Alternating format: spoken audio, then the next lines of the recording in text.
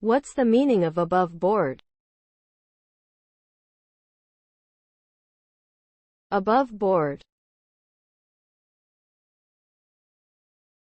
Above board. Above board. Above board. Above board.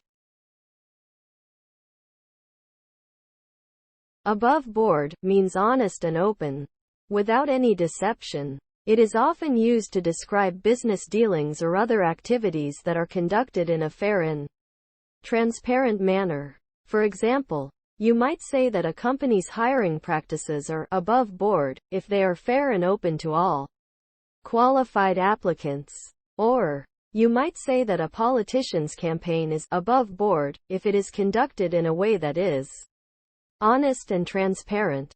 The phrase above board is thought to have originated in the 16th century, when gamblers would hide their cards under the table in order to cheat.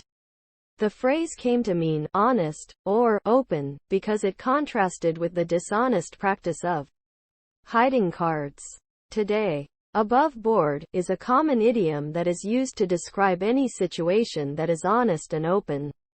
It is a way of reassuring others that you are being fair and transparent, and that you have nothing to hide.